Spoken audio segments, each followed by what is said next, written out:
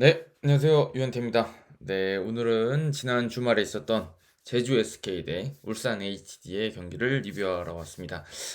두 팀의 최근 흐름이 그렇게 썩 좋진 않은 것 같습니다. 제주 같은 경우는 뭐 거의 지금 강등을 걱정해야 될 상황에 처져 있는 것 같고, 울산 같은 경우는 어찌됐든 지난 시즌 챔피언이기 때문에 어, 이제 흐름이 굉장히 좋을 걸로 예상을 하고 있는데 여전히 지금도 좀 불안한 것 같아요. 이렇게 퐁당퐁당 잘한다거나 승리를 꾸준히 이어가지 못하는 흐름이 계속 이어지고 있어서 그리고 특히나 이번에도 지난 그 동해안 더비랑 마찬가지로 마지막에 조현우 선수의 그 페널티킥 선방이 아니었다 그러면 승점을 잃을 뻔했기 때문에 울산으로서도 만족스러운 경기는 아니었지 않았을까. 좀 아쉬운 면이 있는 경기였을 것 같아요. 근데 제가 보기에 울산은 그래도 내용이 괜찮았고, 뭐, 굳이 따지자 그러면, 골이 조금 더 마무리만 됐다라고 한다 그러면 훨씬, 수월하게 승리를 따낼 수도 있었기 때문에 내용적으로는 그래 괜찮았다. 이렇게 말을 할 수도 있을 것 같은데, 반면에 제주 같은 경우는, 어, 제가 보기엔 내용 안 좋아요. 그 쭉 안 좋아요. 내용이 쭉 안 좋고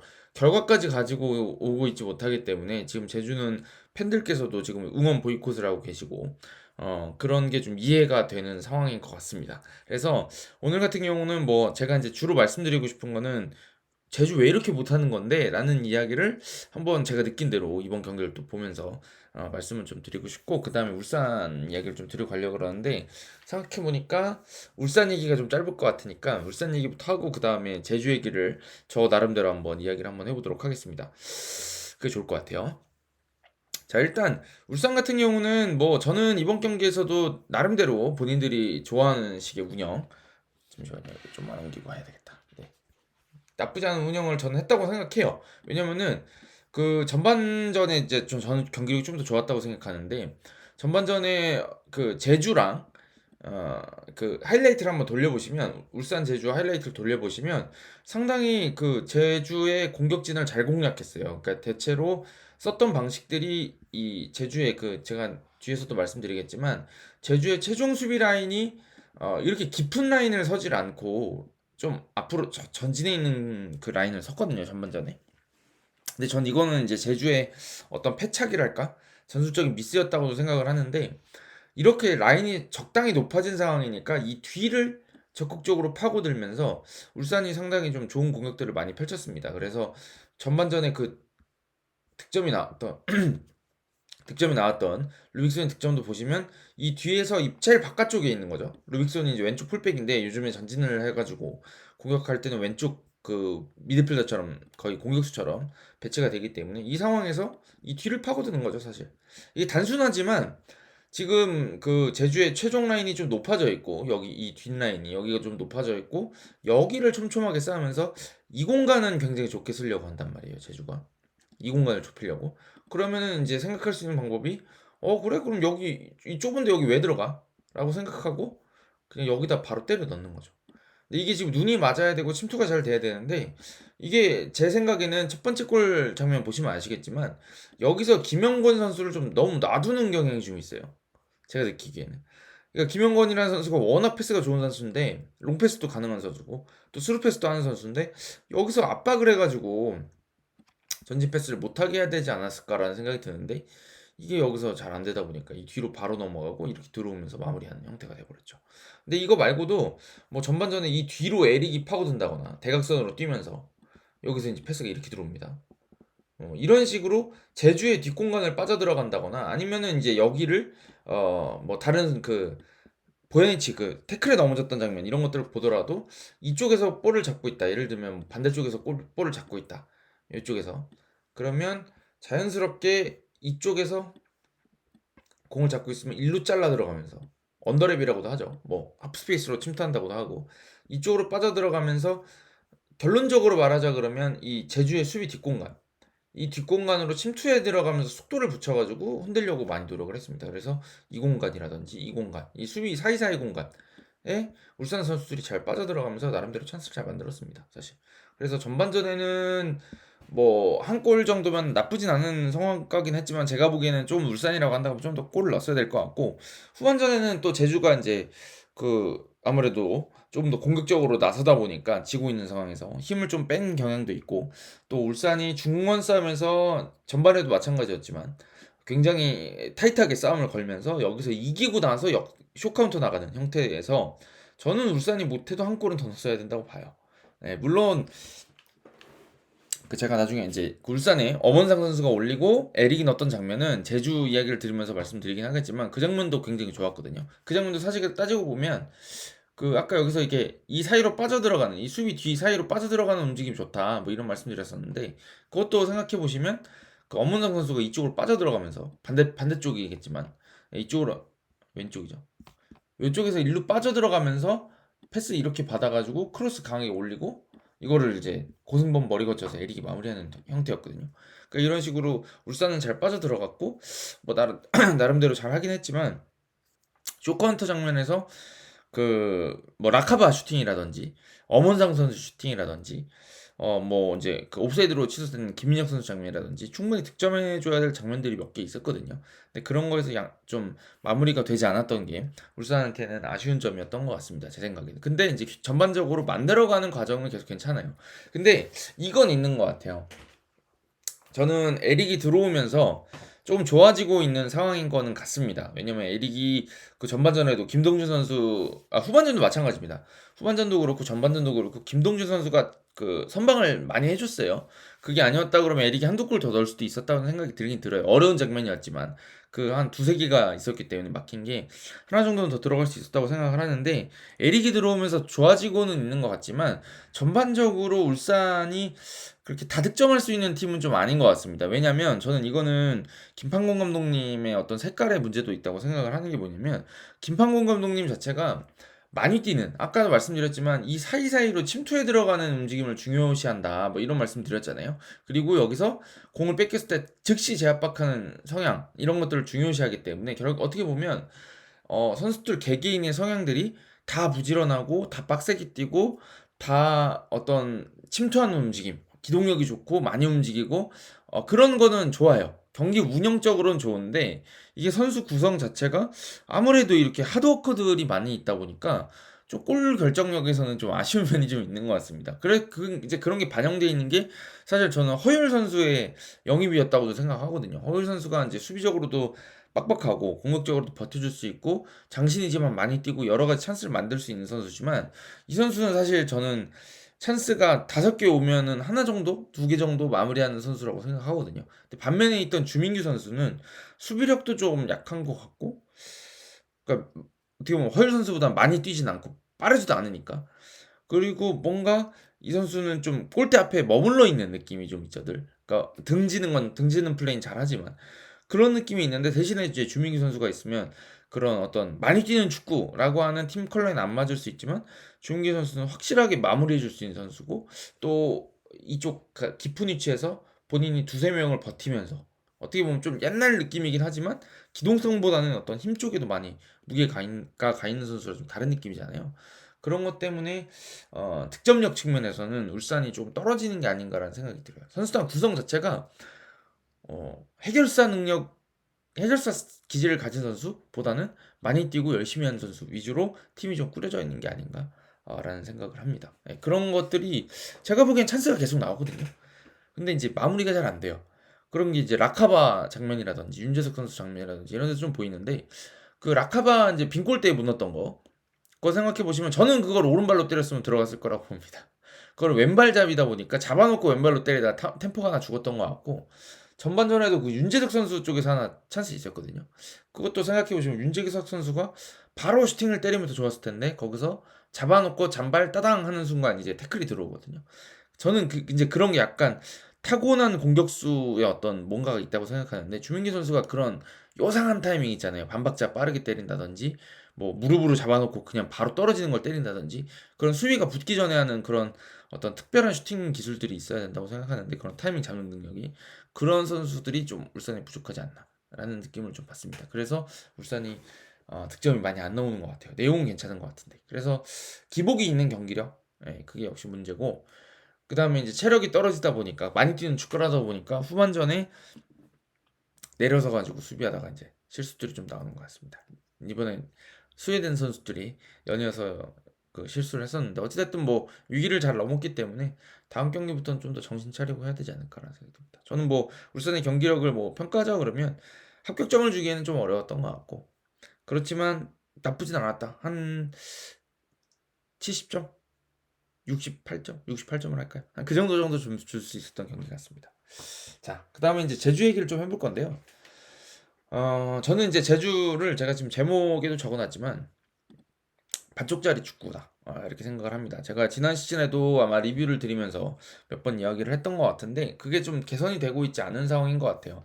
이 반쪽이라고 하는 거는 그러니까 저는 이제 김학봉 감독님을 뭐 나쁜 지도자라고 생각하진 않는다 이런 얘기를 몇 번 드렸었어요. 근데 최근에 경기력을 보자 그러면 이거 나쁜 지도자라고 봐도 무방하지 않나라는 생각을 하게 되거든요. 근데 제가 이제 그렇게 평가를 드리는 이유는 제가 이제 그 가장 기자로서 움직이면서 가장 열심히 일하던 때이기도 했고 제가 가장 그래도 깊이 좀 취재도 열심히 했던 때가 이제 2018년 아시안 게임 때입니다. 그때 아시안 게임하고 그 다음에 이어지는 시기들, 네, 그 시기들을 제가 그 올림픽 대표팀으로 이어지는 시기들을 열심히 일할 때였어요. 제가 이제 2016년에 입사해서 2021년 2월까지 일을 했기 때문에 딱 그 김학봉 감독님이 그 23세 대표팀을 쭉 이끌고 있을 때 그때 제가 이제 그 일을 열심히 했었거든요. 그래서 김학봉 감독님은 뭐 K리그 1이나 2나 그 선수들을 보러 다니실 때 제가 감독님 하면서 말도 건 적도 있었고 그렇기 때문에 제가 나름대로 그래도 이렇게 저렇게 이야기를 여쭤보거나 할 기회들이 많았기 때문에 뭐 나름대로 축구를 제가 이제 물어볼 기회가 있었다 이런 얘기를 드리는 건데 그때 생각해 보시면 저는 그렇게 경기력이 나쁘지 않았다고 생각해요. 그 이유는 그 약간 저를 그 먼저 방어하기 위해서 하는 말이지만 저는 이제 김학봉 감독님이 추구하는 축구는 나름대로 괜찮을 수 있다고 생각하는 게 지난번 이제 그 도쿄올림픽 때도 굉장히 그 화제가 됐었잖아요. 그러니까 안 좋은 얘기 많이 들었었는데 그때도 결국에는 지금과 같은 축구라고 해서 욕먹었던 건 아닌 걸로 기억해요. 제가 기억하기에도. 그때도 뭐였냐면, 멕시코 상대로 떨어졌잖아요. 그때, 멕시코 같이 괜찮은 팀, 개인 능력이 좋은 팀 상대로 전방 압박 거는 게 맞냐? 이런 이야기를 들었단 말이에요. 그래서 우리도 득점할 수 있다는 걸 충분히 보여줬고, 상대를 우리도 괴롭힐 수 있다는 걸 많이 보여줬었거든요. 그래서 아시안 게임에서도 마찬가지로, 물론 말레이시아한테 지는 그런 어떤 위기도 있었지만 전반적으로는 전방 압박 강하게 시도하고 그다음에 이제 앞선부터 쇼 카운터를 시도하고 그다음에 거기서 바로 마무리하는 형태들로 그래도 성적들을 냈었고 아시안 게임 금메달 땄고 올림픽에서도 어찌됐든 8강까지는 갔으니까 예선은 통과했으니까 저는 뭐 절반의 성과는 거뒀다 이렇게 생각을 하거든요.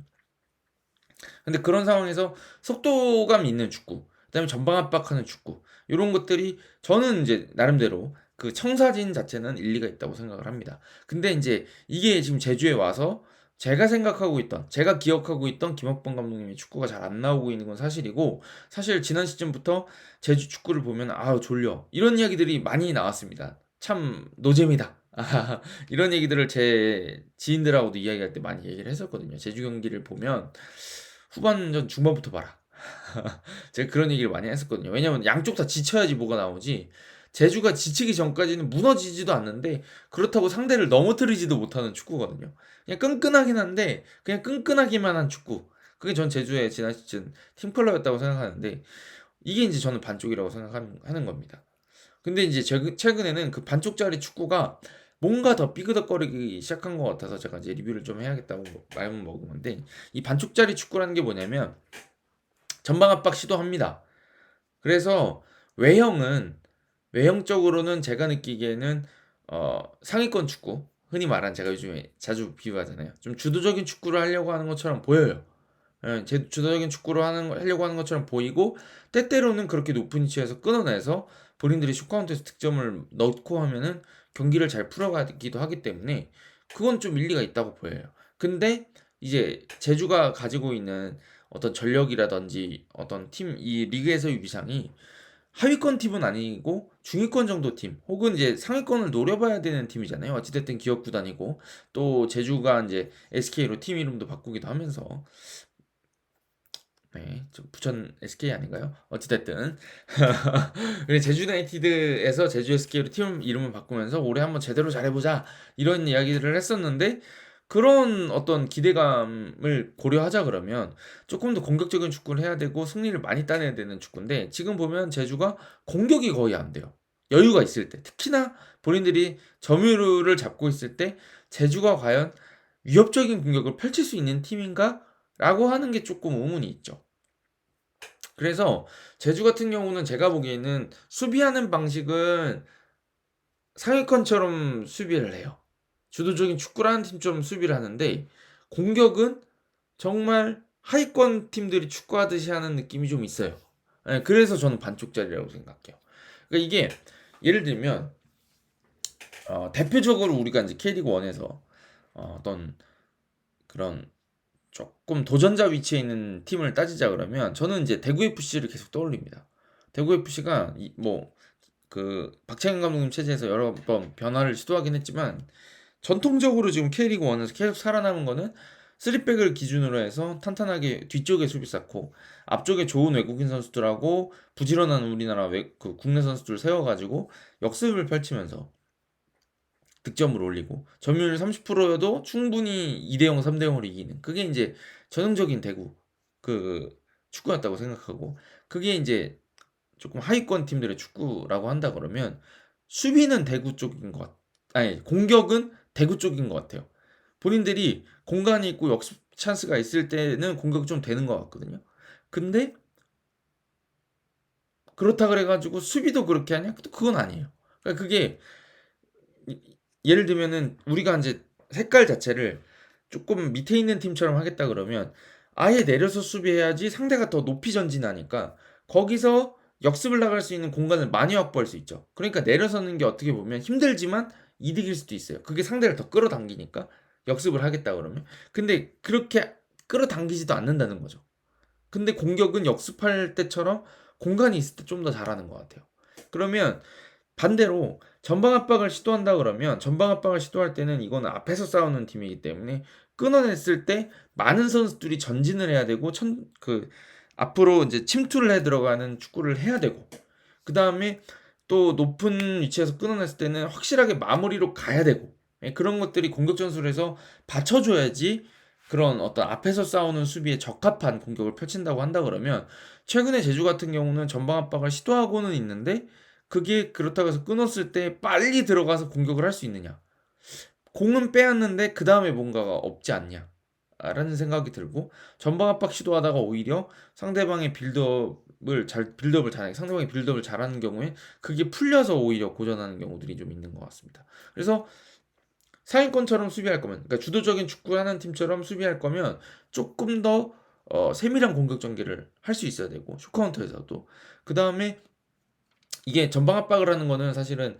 우리가 이제 쇼카운터 높은 위치에서 잘라서 짧은 거리 역습을 통해 가지고 득점을 하겠다는 취지도 있지만, 어떻게 보면 빌드업 할 때 상대방 빌드업 맘대로 못하게 해가지고 뻥 걷어내면 우리가 그걸 다시 볼 소유권을 찾아서 다시 공격하겠다. 그래서 예를 들면 공격하다 뺏기면 상대가 뻥 차게 유도하고 다시 잡아서 다시 공격, 공격하다 뺏기면 다시 즉시 압박해서 뻥 차게 만들어서 다시 공격, 이렇게 들어가는 게 있어야 되는데, 제주 같은 경우는 상대가 좀 촘촘하게 수비를 쌓고 있으면 이게 공격이 제대로 되는 게 맞느냐 라는 생각이 좀 들거든요. 그러니까 이게 뭐 수동적인 축구, 조금 더 지키는 축구를 한다 그래도 엇박자 반쪽짜리 느낌이고, 공격을 그렇게 하지만 수비는 그렇게 안 하니까, 또 주도적인 축구를 한다고 보더라도 수비는 그런 식으로 하지만 공격은 그런 주도적인 축구하는 팀만큼의 세밀함이나 역동성은 보여주지 못한다. 그게 좀 문제가 있지 않나라는 생각이 들어요. 그러니까 반쪽짜리예요. 어디로 보더라도 이게 지키려고 하는 축구를 보더라도 반쪽이고, 주도적인 축구를 하려고 해도 반쪽이다. 좀 그런 느낌이 들어서 좀 변화가 필요하지 않을까라는 생각이 드는 상황입니다. 그래서 이게 근데 저는 어떤 감독님과 코칭 스태프의 문제도 있다고 생각하는 게, 이게 저는 오히려 확실하게 구분을 해주는 쪽이 오히려 저는 이제 이 코칭 스태프들의 역할이라고 좀 생각합니다. 내려서, 그러니까 이번 경기 울산 상대로는 3백을 세웠잖아요. 장민규, 임채민, 송주훈이 같이 나왔잖아요. 그렇다 그러면 내려설 거면, 자, 이번 경기는 그냥 우리 내려서자. 자, 이게 저는 이게 어떻게 보면 실리적 접근이죠. 그냥 포획 감독이 저는 그거 잘한다고 생각하는데, 최근에 야, 우리 일단 내려서자. 내려서서 버티고 상대 분명히 조급해지니까 그럼 그 다음에 일단 공격하자라고 생각해서 아예 애초에 이 라인을 깊이 내렸으면 루빅손한테 먹었던 첫 골 장면이라든지 뭐 이런 것들이 좀 덜 나왔겠죠. 애초에 지키기로 했으면. 그리고 역습할 때 나가는 데 힘을 좀 더 썼더라면 다른 경기 양상이 좀 될 수 있었다고 생각하거든요. 아니면 전방 압박을 걸 거면 아까 여기서 그 루빅손 실점 장면 김영건 제가 놔뒀다 그랬잖아요. 이때 이렇게 전방 압박하는 팀이 라인을 올려놓은 팀이 후방에서 롱패스 나가는데 이거를 이렇게 패스를 빨리 주게, 그러니까 손쉽게 주게 내버려 둔다?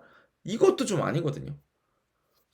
그렇잖아요. 라인을 높여놨으면 이 뒷공간, 요즘 흔히 뒷방이라 그러는데 뒷방을 맞을 위험이 있는 상황에서 여기서 패스마저 정확하게 줄 수 있게 여유를 준다. 특히나 울산같이 강팀 상대로 이건 좀 아니거든요. 그러면 여기 잡았을 때 빨리 가서 킹 미스를 하든 뒤로 돌릴 수 있게 압박을 취했어야 된다는 거죠. 근데 이게 저는 명확한 전술적인 어떤 색깔이 없기 때문에 이도 아니고 저도 아니게 점점 되고 있는 것 같아요. 성적이 안 나오고 본인들 스스로도 답답해하는 상황이 오다 보니까, 그러니까 오히려 경기력, 팀적인 경기력이나 완성도가 떨어지게 되고 그게 악순환에 들고 있는 게 아닌가라는 생각이 듭니다. 그러니까 선수들 자체도 이렇게 해야 되나 저렇게 해야 되나 오히려 더 헷갈려하는 느낌이 좀 있어요. 네. 그리고 좀 아쉽게 생각하는 점들은 뭐 수비야 제주가 끈끈하게 할 때는 끈끈하게 하니까, 네. 그 저는 이제 수비보다도 이제 공격적, 수비는 좀 이제 아쉬운 면이 있었지만 오히려 저는 공격적인 면이 더 문제라고 생각하는데, 그러니까 득점이 너무 안 나오니까 제가 좀 아쉽게 생각하는 거는 이번 경기가 좀 특히나 3백이 나가서 그런지 모르겠지만 저는 제주의 공격을 늘 보면 최근에 현대 좀 축구 트렌드 그거를 이제 김학봉 감독이 어느 정도 하는 게 아니냐라고 이제 말씀드렸었는데, 아쉽게 생각하는 면은 달리는 선수가 없어요.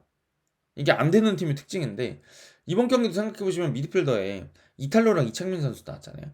근데 이 선수들이 이창민 선수가 가지고 있는 장점 중에 하나가 좀 이렇게 전진해 나가면서 미들라이커처럼 약간 본인이 이 공격수들이 빠져 들어가면은 공간 만드는, 그러니까 유리 조나탄이 좀 여기저기 들쑤시고 다니면서 이렇게 끌고 지나가면 본인이 이 자리에 들어가서 마무리하는 거, 이런 거에 좀 강점이 있는 선수잖아요.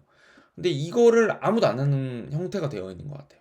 그러니까 유리 조나탄은 어슬렁거리고 뒤에서 본인이 잡아놓고 연계를 해준 다음에, 예를 들면 제가 몇 번 봤던 건데 유리 조나탄이 잡아서 뭐 황석호 선수 상대로 등을 잘 졌어, 예를 들면 등을 잘 졌어요.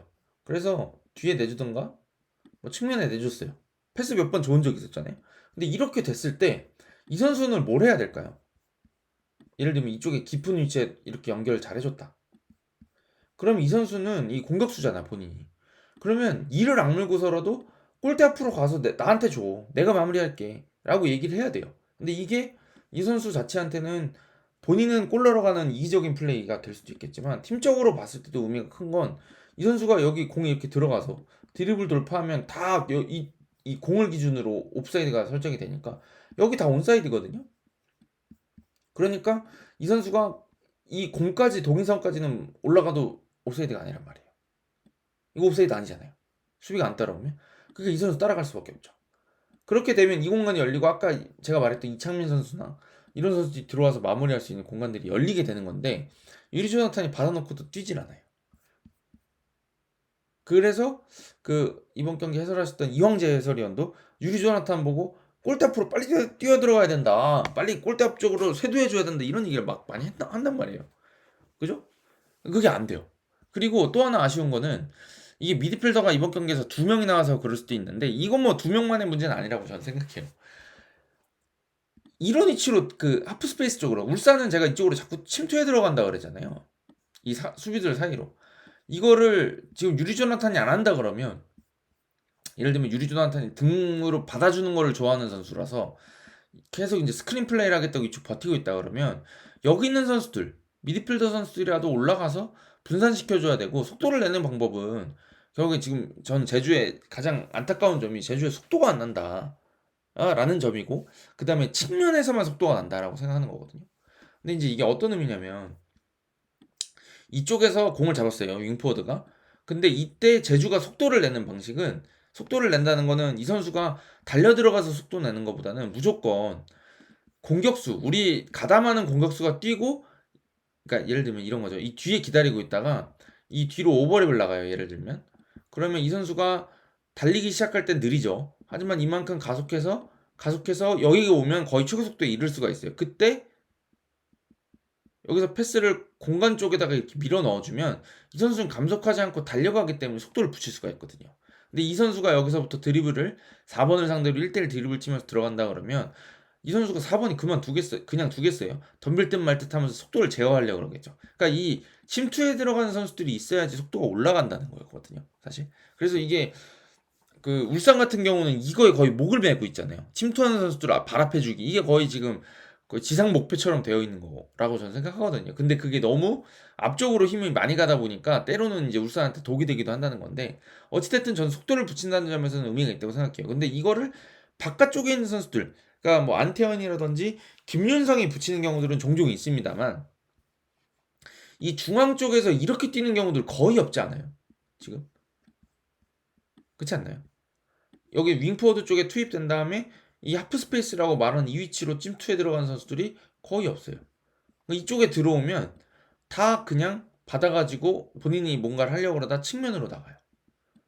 측면으로 나가고 안 되면 뒤로 돌아오고. 그러니까 이게 제가 느끼기엔 속도 붙일지 모르는 팀의 전형이 아닌가라는 생각이 듭니다. 근데 이창민 선수가 그런 선수가 아니거든요.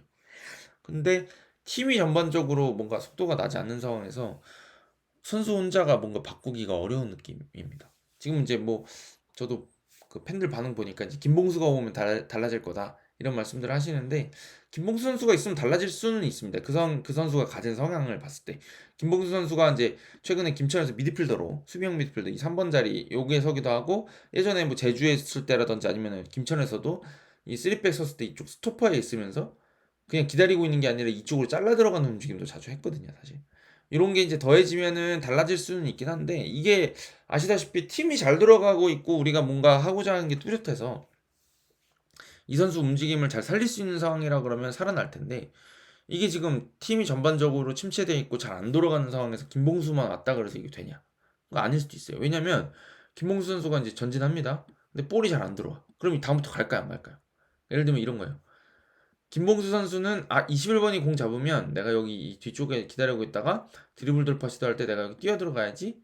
이게 내가 김천에서 잘했던 거니까라고 생각하고 있습니다. 근데 여기 침투했는데 공을 안 줘요. 왜냐면 이 선수는 원래 여기 주던 선수가 아니니까. 한 3번 뛰었는데 안 줘. 그럼 이 선수 갈까요? 김봉수가? 안 가겠죠. 저는 그렇게 생각하는 거예요. 그러니까 이게 팀이 전반적으로 서로를 경기가 잘 안 풀리고 확실한 어떤 청사진이 없다 보니까 이게 지금 잘 할 수 있는 건데도 잘 안 나가는 거죠.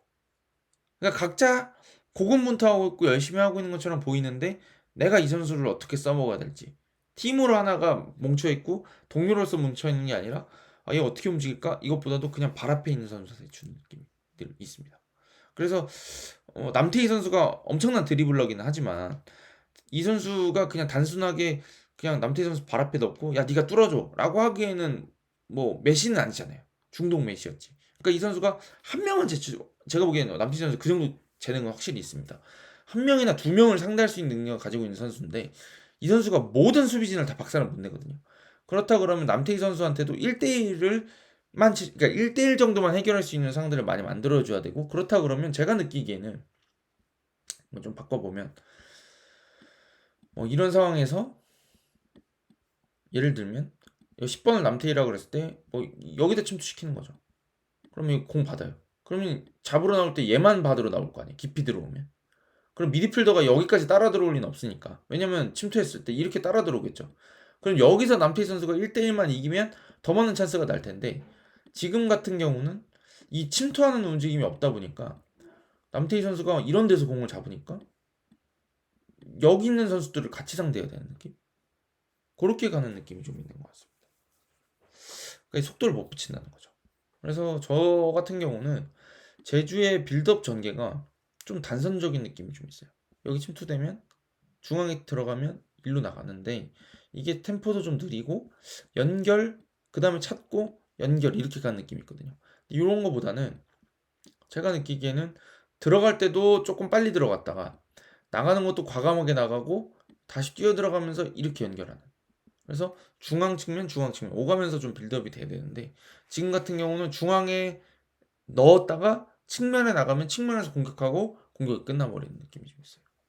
그러다 보니 전반적으로 속도도 안 나고 단순한 공격 전개가 되는 것 같습니다. 그러니까 결국 이번 경기에서도 유리 조나탄이 귀중한 동점골을 넣었고 찬스를 뭐 만들었죠. 그건 좋은 찬스였고 마무리도 잘했는데 그것도 크로스에 의한 장면이었고 페널티킥을 얻어내는 장면도 사실 또 그 크로스였고 김영선 선수가 후반에 안 되니까 계속 크로스 시도하면서 공격을 전개하는 형태로 경기를 운영을 했거든요. 결국에는 그거 외에 어떤 울산이 아니 제주가 울산을 공략할 수 있는 방법을 보여줬느냐 하면 저는 그건 좀 아니었다는 생각이 들거든요. 그런 점에서 좀 아쉬움이 있었던 것 같고 제주 같은 경우는 이런 걸 해결하지 않는 이상 반쪽짜리 축구를 해결하지 않는 이상 좀 순위 경쟁에서 좀 어려움을 겪지 않겠느냐 강등으로 떨어질 수도 있지 않겠느냐라는 생각이 듭니다. 지금 대구가 있고 뭐 수원FC도 부진하기 때문에 이 세 팀의 경쟁이 될 텐데 그런 생각이 좀 드는 시즌인 것 같습니다. 그 제가 제 방에서 이거 녹화를 하고 있는데 같이 사시는 분이 자꾸 문을 열고서 이제 끝내라고 압박을 줘가지고 다 끝나기도 했어요. 할 얘기도 다 했어요.